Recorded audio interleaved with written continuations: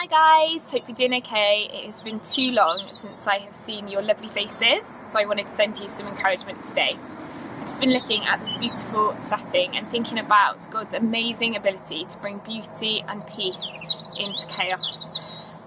It reminded me of this little box that my niece gave to me recently as a present, and my sister asked her, what would you like to say to Auntie Jessie? What would you like the box to say on the side? And of all the things that she could have chosen to tell me, she chose to tell me, I made it. She was so proud of her box and she just couldn't wait for me to know that she'd made this box for me. I've been thinking of you older ones so much over the last couple of weeks, with not being able to sit exams maybe, with schools finishing without you having a proper ending, and just with all these questions that you must have about your future and your next steps. So I just wanted to encourage you about 3 things today. Firstly, God made you, He loves you, and He is so proud of everything that you're going to be.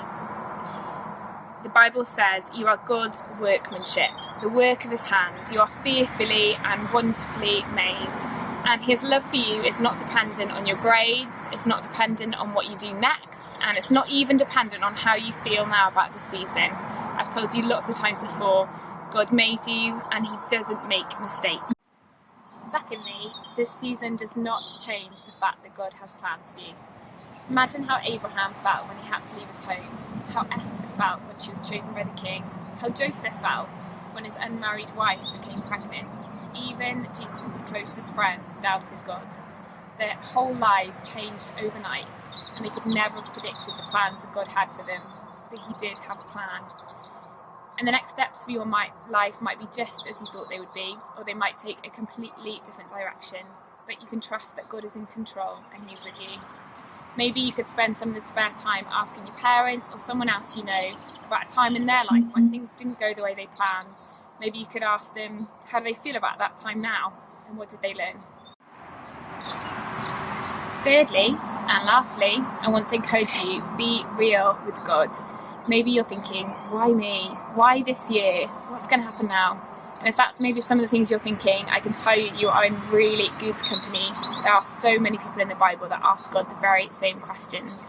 I love the book of Psalms because the majority of it is David's diary entry prayers to God. The Psalms are full of David's pain, his fear, his tears, his hope, and his joy and his faith in God. It's an emotional roller coaster journey of faith. I wholeheartedly believe that there will be a psalm in there that you'll be able to take comfort from, that you can use for this season, and that will probably speak to you for the rest of your life. Take some time to talk to God. Write, draw, paint, create, do whatever you need to do. Spend time with Him, pray through that psalm, and see what God does. I'm praying for you, and I hope to see you soon.